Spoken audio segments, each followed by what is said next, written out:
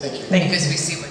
It's a combination of factors, in my opinion. I know from experience my wife had as a principal at several different schools, that very often the school police officers did a better job at building relationships with students so that when another student brought a weapon on campus, they knew about it very quickly. And as Ms. Brill said, kids are very creative about finding ways around almost anything.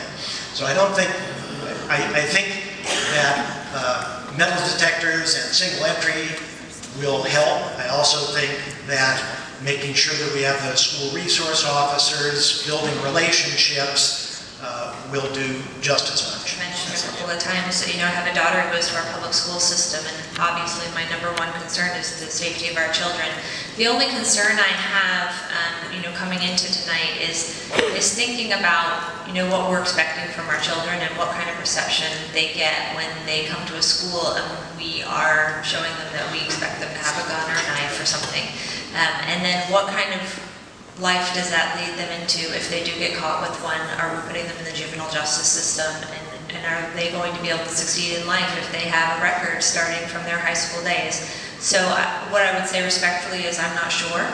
And I would like more time to research the matter and understand the different sides of the issue.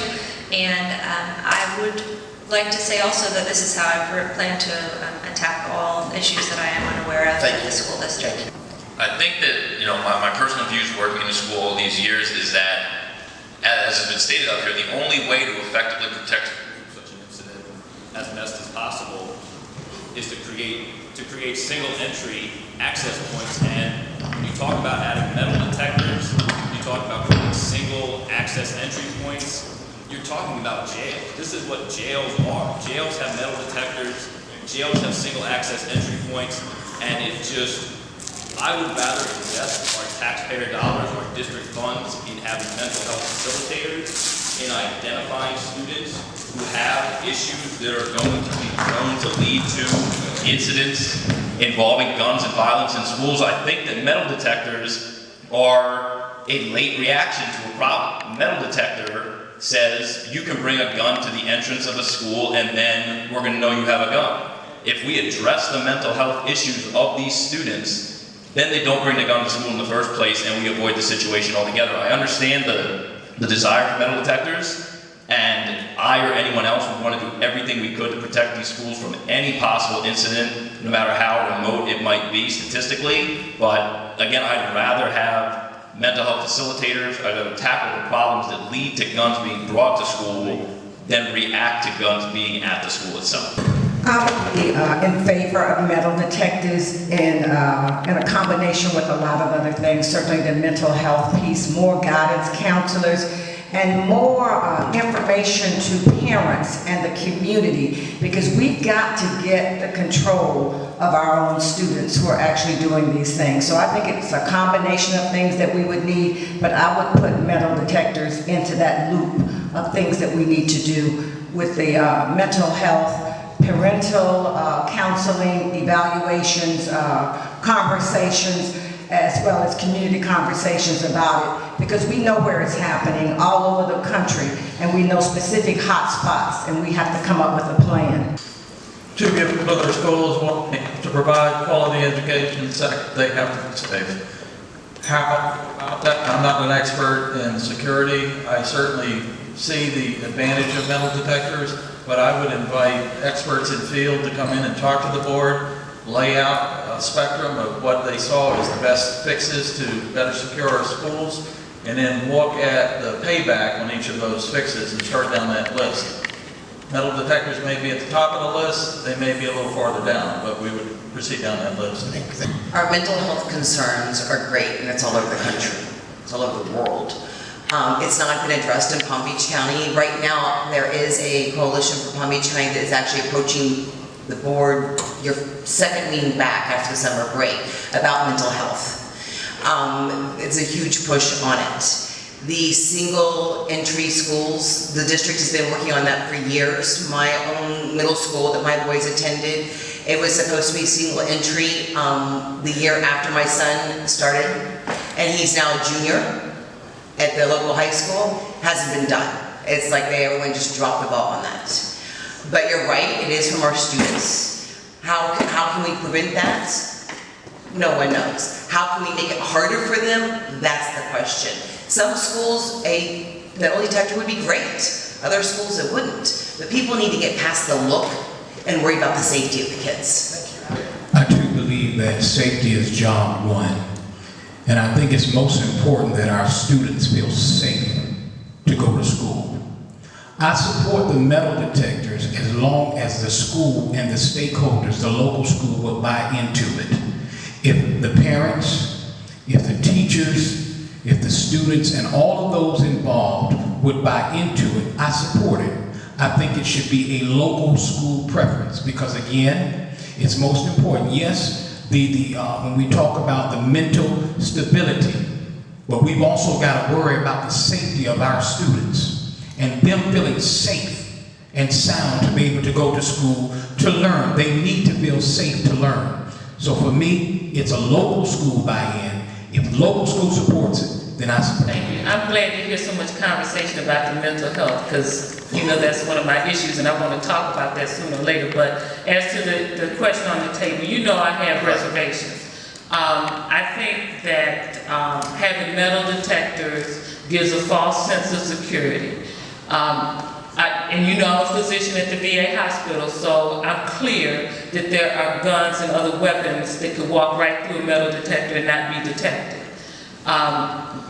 You were going to send me the study. Right, it's coming to you. Yeah, you're going to send me the study about wherever it was, Broward or Dade, that did the random metal detectors. Right. And I think, you know, if you look at studies about human behavior, when there are things that impact your behavior that happen randomly, it has more of an impact on your behavior. And so I really want to look at that study.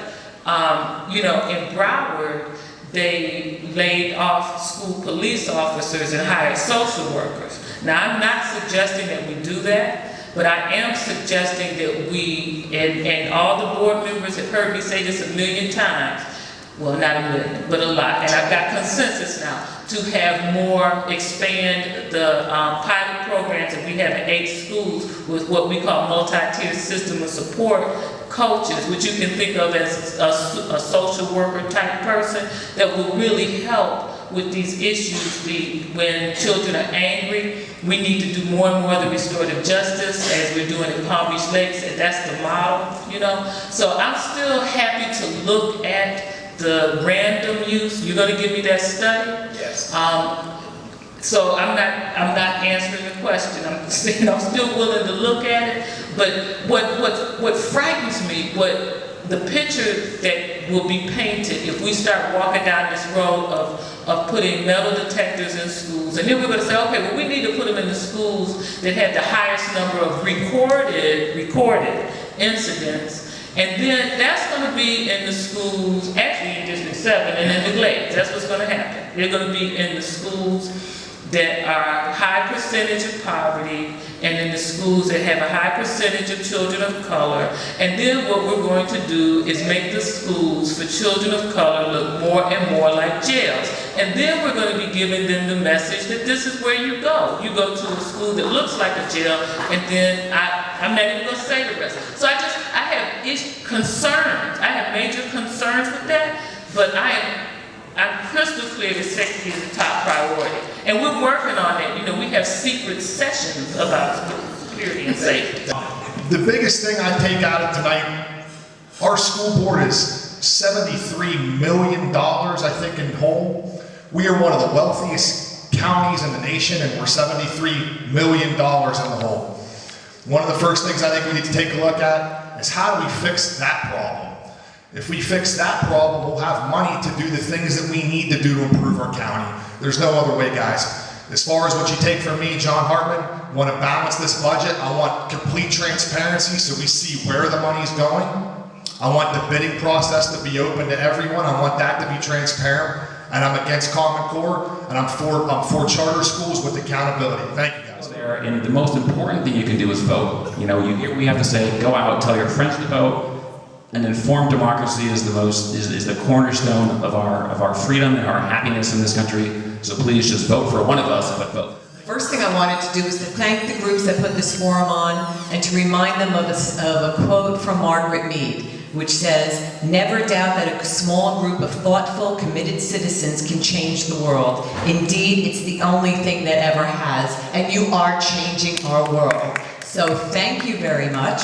And it is great to be running on my record, because now I'm running on what I've done, not what I'm promising to do. And yes, I have been endorsed by everybody, so I will tell you that. But the most important thing that you need to know is I am the go-to person on the school board for any of your children with exceptionalities. I don't ask where your child lives, I don't ask where you live. I will help you navigate the system to get what your children needs. I did it for my children, I was an advocate for my children, I'm an advocate for your children. You're all here because you believe education is the route to success. I think you're all here because you believe that every child can learn, but that they all learn in different ways. And we have to, as a school district, learn to work with each child to find the ways to reach that child, to solve his or her problems through help in the community and from parents and extended families and the like. And finally, we believe, and you believe, you're here because every child, regardless of their race, their zip code, their family's income, deserves the highest quality education possible. And I will not settle for anything less. And I know you won't either. My name is Erica Whitfield, and I'm running for District 4 School Board.